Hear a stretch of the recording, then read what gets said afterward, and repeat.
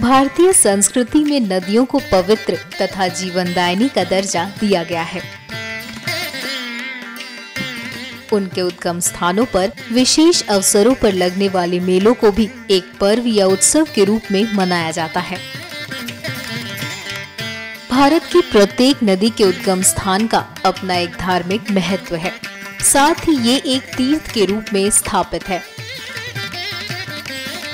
ऐसा ही एक प्रसिद्ध स्थल है दक्षिण भारत के कर्नाटक राज्य के कोडगु जिले में कावेरी नदी के उद्गम स्थल तालकावेरी का। कनिका और सुजोती नदियां यहीं पर कावेरी से आकर मिलती हैं और यही वजह है कि विश्व भर में इसे त्रिवेणी संगम के नाम से जाना जाता है। ताल कावेरी पुराणों ने इस नदी को अग्नि देवता की 16 नदी पत्नियों में से एक बताया। खास बात तो ये है कि कावेरी नदी को दक्षिण भारत की गंगा माना जाता है और श्रद्धा पूर्वक देवी कावेरी के रूप में इस नदी की पूजा की जाती है।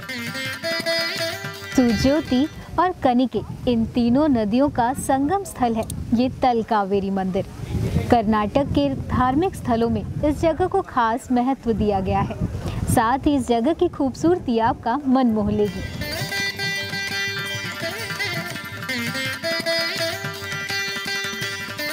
कूर्ग से लगभग 48 किलोमीटर दूर ब्रह्मगिरी पहाड़ पर स्थित है ताल कावेरी। तुला संक्रमण कर्नाटक के निवासियों का एक प्रमुख धार्मिक पर्व है। तीर्थोद्भव के नाम से ये मेला कावेरी संक्रमण स्नान या तुला संक्रांति के नाम से भी जाना जाता है। इस दिन हजारों की संख्या में श्रद्धालु अत्यंत श्रद्धा एवं उल्लास के साथ यहाँ के पवित्र सरोवर में स्नान कर पूजा अर्चना करते हैं। श्रद्धालुओं से बातचीत करते हुए इस पवित्र तीर्थ स्थल से जुड़ी एक दिलचस्प जानकारी मिली। ऐसी मान्यता है कि कावेरी इसी स्थान से ऋषि अगस्त के कमंडल से निकली थी। जब ऋषि ध्यान में मग्न थे तभी भगवान गणेश कौवे का रूप धारण कर उनके कमंडल को उठा ले गए और पहाड़ी पर ले जाकर रख दिया। उसके बाद वहां से कावेरी को प्रवाहित कर दिया।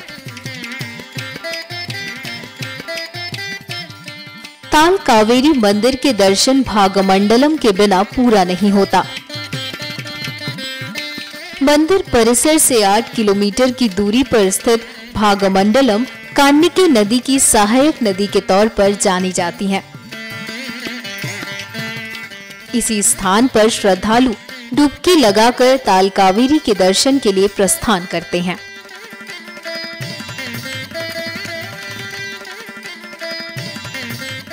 अपने इस सफर के अंत में इतना जरूर कहना चाहूंगी, जिस पवित्र भाव से नदियों की व्याख्या पुराणों और धर्म ग्रंथों में की गई है, जिस तरह से ये जीवनदायिनी के साथ साथ जीवकोपार्जन का जरिया है, हम सभी को भी नदियों से जुड़े अपने कर्तव्यों को भूलना नहीं चाहिए।